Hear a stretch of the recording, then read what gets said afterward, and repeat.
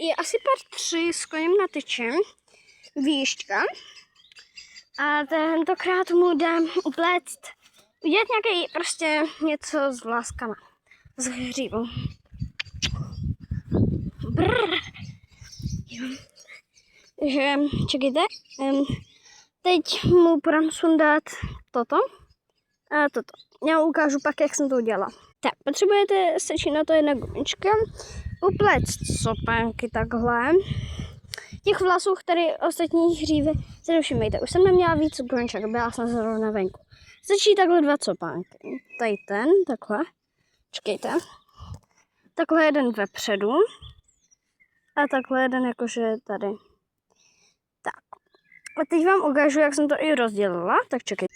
Tak, víte, asi nevíte, jak to poznám, jako, jak to rozdělit. Ale takhle tady máte, tady máte takovou jakože rozdělovací tím. A takhle poznáte, jakože, jak se to má rozdělit. Takže tady ten pramínek patří sem, takhle. Pak uděláte teda z toho copánek. Já ho jdu udělat. Tak, mám to hotový, tady ten jsem ho upletla znovu. A teď jenom, takhle vidíte, takhle vezmete ucho, nebo ne, spíš ten copánek. Takhle to obmatáte okolo ucha, zagumičkujete.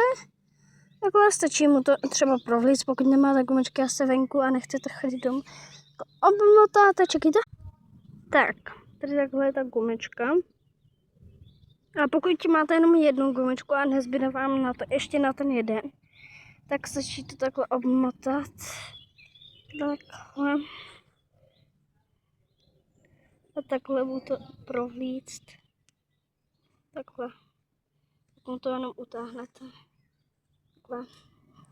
Pak mu to ještě sakra. Čekejte. Pak to jenom provlečete tady takhle. A takhle máte koně.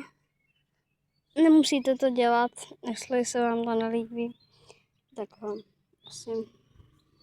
Ještě tady takhle. Máte takhle tu pěšinku. Sice jeden vlasek patří sem, ale to nevadí. A teď jenom do běhání. Čekaj, teď jdem na výjížďku.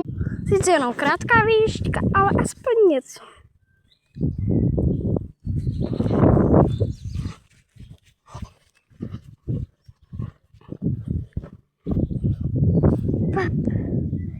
Jedete, tak asi čekej. Wow.